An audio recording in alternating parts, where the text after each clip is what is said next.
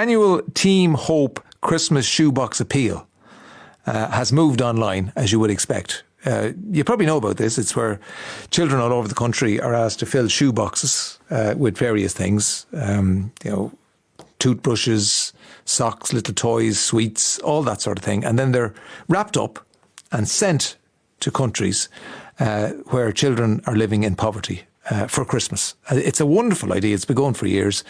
And on the line to talk about it, we have Anne Keeley. How are you doing, Anne? Hi, how are you? Good to talk to you. And Adas Rakauskas, originally from Lithuania. How are you doing, Adas? Hi, Ray. Hi, Anne. How are you? Did I get your name right there, Adas? The first name you got it right, but the surname, it's fine. No, and tell me so I can pronounce it correctly. How do you pronounce it? It's Adas Rakauskas. Oh, Rakauskas, yeah. There you go. Rakauskas. Yeah, okay. Now, Anne, I'll go to you first. So you work with Hope in Kilkenny. I do, that's correct, yeah. You're known as the shoebox lady. I am, yeah. How long have you been doing it? With TeamHope now for 11 years, but it's first before that, so 24 years altogether. Right. And it is as I describe, isn't it? That's the way it used to be up until COVID struck. That's correct, yeah. Yeah. And it was a lovely connection between Irish children and children in less well-off countries, wasn't it? It is, absolutely. It was children giving to children. Yeah, which is... And you originally were in the Girl Guides. Is that where you came across the shoebox appeal first? That's correct, yeah. Right, okay.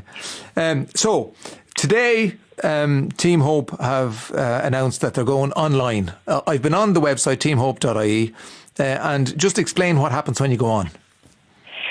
You go online and you can make a shoebox online. Ah, right. And it has a list of things there that you can include in the shoebox. And the 4 W's, which is the same as what we do every year.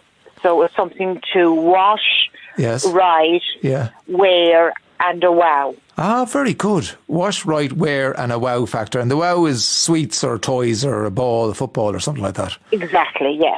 And wash is self-explanatory, as is write, as in wear. Right, great. Yeah. Now, Adas, tell us your story. So you were a recipient of a shoebox. Yeah, Ray. So let me tell you just a little about myself first. Yes. So I was born in Lithuania in a small village in 1988. At the time, Lithuania was under the Soviet rule until 1990, actually. And so when I was 2 years old, the country became independent. And what followed, the 90s was a hard time for many people. People had financial difficulties due to economic instability. So as many families at the time, we had some rough times. We weren't a small family. I was one of 4 children. There were times where we had very little to eat. There were days that we only ate carrots because that's all we had. We were at risk of having some medical issues due to malnutrition. And still, compared to some of what other people were going through, we were blessed because we had loving parents, we had each other, we had friends. What are your memories then of the shoe boxes arriving? So the shoebox, Christmas time was always... my parents always tried to make Christmas a special time for us, even when, in the times we had very little. And just to give an image, even to this day, the smell of oranges remind me of Christmas. Right. Because that was usually the only time we could afford to eat them.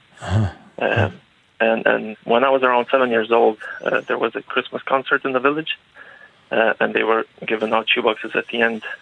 So as you can imagine, there was a lot of excitement. I've always been a bit of a nerd myself, so I remember being very excited to find, like a notebook, and I remember pens and pencils were in the shoebox. Yeah. And I remember a friend of mine got a knife in his shoebox, so he was very excited. Back then, the health and safety rules were very different. Yeah. Back in the mid-50s, 90s. Yeah. It meant... Yes, go ahead. Were you aware that they were coming from Ireland, Adas? No, I wasn't aware of where they were coming from. Right. I guess I was too young. I remember being very excited, and it meant a lot to receive the shoebox. And like we placed a lot of value on things, and I think we shouldn't look for happiness in material things. But for children who have very little, you know, simple things bring a lot of joy. And I remember thinking when I received the box, you know, wow, someone out there cares enough about me to give me a present. You know, they don't even know me. Yeah. The fact that you ended up in Ireland is only coincidence, is it? Or how I ended up in Ireland? Yeah. So my parents decided to move, I guess, because of, you know, the situation that we were in. We had a hard time emigrating. We were not allowed to travel through the UK, and we were actually deported back to France. We lived in the Calais port for a few days, sleeping on the floor wherever we could find. Police would wake us up in the mornings and tell us to move.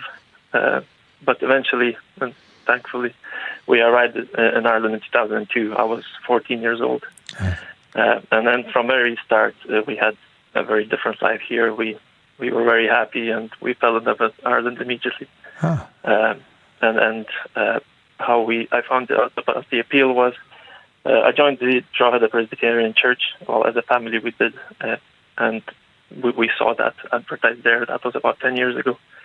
So, you know, together with the siblings, we were, and my parents, we were very excited to take part, and we've been taking part. Since then, I got married to my wife Tracy, and we have 3 small kids, and we take part as well. Oh, yeah, completing the circle, which is lovely. That's right, yeah. And Anne, you've seen the effects of the shoebox appeal in Romania.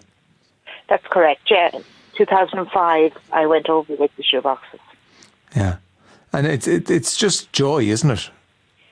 It is. I mean, things that we take for granted, the toothpaste, toothbrushes, the soap, they're just such joy for the children.